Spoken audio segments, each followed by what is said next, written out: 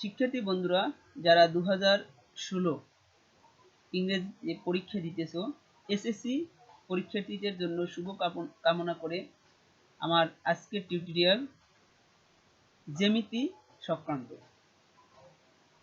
এই সংক্রান্ত যে প্রশ্নগুলো তোমাদের জন্য সিলেক্ট করা হয়েছে, আশা করা যায় যদি এই প্রশ্নগুলো সুন্দরভাবে পড়তে, লিখতে এবং সৃজনশীল পদ্ধতিতে বুঝে যাওয়া যায়, পরীক্ষায় অবশ্যই আসবে প্রশ্নগুলো।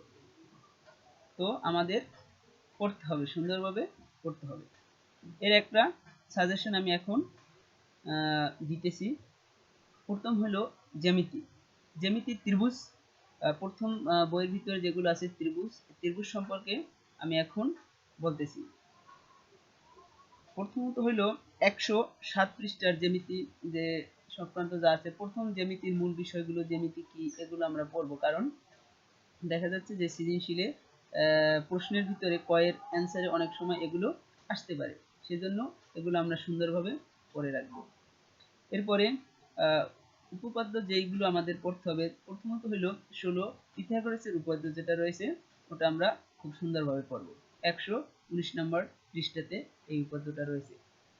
আমরা যদি খুব সুন্দরভাবে পড়তে পারি, বুঝতে পারবো। এবং যদি কারো কোনো বুঝতে সমস্যা হয়, আমার ব্লগ সাইটে যদি কেউ কোনো কমেন্ট বা অন্য কিছু করে থাকে, আমি চেষ্টা করব সাথে সাথে তার অ্যান্সার দিয়ে দিতে। অথবা আমার ইমেল বা স্কাইপেও আপনারা আমার সাথে যোগাযোগ করতে পারেন, সেখানেও আমি এটার অ্যান্সার দেওয়ার চেষ্টা করব। এখন আসা যাক অনুশীলনী 6.3।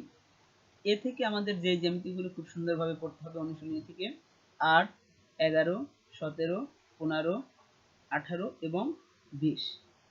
আসা যাক সপ্তম অধ্যায়।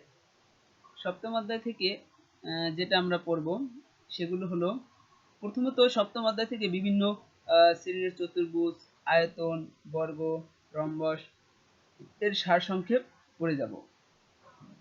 তারপরে আসা যাক ত্রিভুজ এর যে সম্পদ্যগুলো রয়েছে সেগুলো থেকে আমাদের যেইগুলো খুব গুরুত্ব সহকারে পড়তে হবে 2, 3 এবং 4।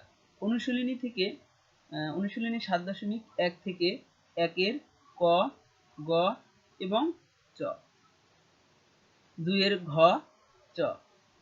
এছাড়াও পড়তে হবে 3, 5 এবং 7। অনুশীলনী 7.2, 5-এর ক এবং ঘ, 6-এর ক, খ, 7, 8, 14 এবং 15। আমি একটু স্লোভাবে বলতেছি যাতে আমরা সবাই খুব সুন্দরভাবে নোট করতে পারি এবং লিখতে পারি। তাছাড়াও যদি কারো কোনো রিপিটের দরকার হয়, আমি আগে যে এটা বললাম, মোবাইল অথবা আমার ওয়েব সাইটের যে লিঙ্ক আমি আপনাদেরকে দিয়ে দেবো, ওটা কমেন্ট করলে হবে। এছাড়াও আপনারা আমার সাথে ফেসবুকেও যোগাযোগ করতে পারবেন। আমার ফেসবুক ঠিকানা আইডি হইল হাসানুজ্জামান। এটা আপনারা সোহাগ_রানা @yahoo.com এটা লিখে দেখবেন সোহাগ রানা। আমি অবশ্য আমার ছবি সহটার ভিতরে দেওয়া আছে। তো জায়গা থেকে আপনারা আমাকে ফেসবুকেও পাবেন, যে কোনো সময় করলেই পাবেন।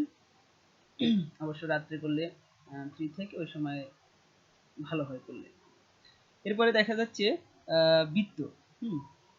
তো বন্ধুরা, আরেকটু কথা বলে রাখা দরকার, আমরা যদি বৃত্তটা শুধু পড়তে পারি, তখন এই বৃত্ত থেকেও দেখা যাচ্ছে এক সেট প্রশ্ন পরীক্ষায় আসবে। তো আপনারা চেষ্টা করবেন বৃত্তটা খুব ভালোভাবে পড়ার। তো বৃত্ত যে উপপাদ্যগুলো আপনার পড়তে হবে, প্রথমত পড়তে হবে 2, 4, 5, 10 এবং 11। তার বৃত্তর যেগুলো সম্পদ্য রয়েছে, যদিও সম্পদ্যগুলো কিন্তু খুব সহজ, এবং আপনারা এই সব সম্পদ্যগুলো সুন্দরভাবে অঙ্কন করার চেষ্টা করবেন। আর এই জায়গায় যে আপনি এটা অঙ্কন করবেন, সেখানে কিন্তু কিছু টেকনিক্যাল বিষয় রয়েছে। আশা করি আপনারা এই টেকনিক্যাল বিষয়গুলো অবশ্যই জানেন এবং অবলম্বন করার চেষ্টা করবেন। তা না হলে অন্য কোনো যারা অভিজ্ঞ এই বিষয়ে তাদের কাছ থেকে আপনারা পরামর্শ এবং হেল্প নিয়ে এই টেকনিকগুলো জেনে নেবেন। সম্পাদ্য যেগুলো পড়তে হবে 1, 3, 4, 5 এবং 6। আশা করা যায় এই জ্যামিতি যে আপনাদেরকে সাজেশনটা দেওয়া হলো, এগুলো যদি সব আপনারা সুন্দরভাবে পড়ে যেতে পারেন, কমন নিশ্চয়ই পাবেন।